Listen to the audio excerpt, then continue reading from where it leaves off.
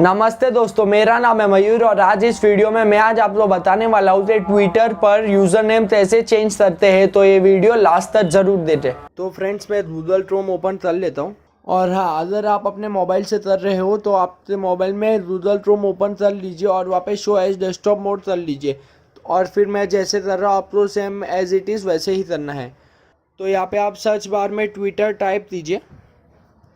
Twitter type करने के बाद में आप एंटर कीजिए। एंटर होने के बाद में ये जो फर्स्ट वाला आ रहा है उस पर क्लिक कीजिए। क्लिक करने के बाद में आप यहाँ पे देख सकते हो कुछ इस तरह का इंटरफेस आ रहा है।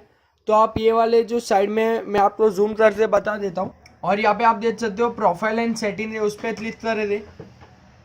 उस पर क्लिक करने के बाद में यहाँ पे सेटिंग एंड प्राइवेसी में हम जाएंगे।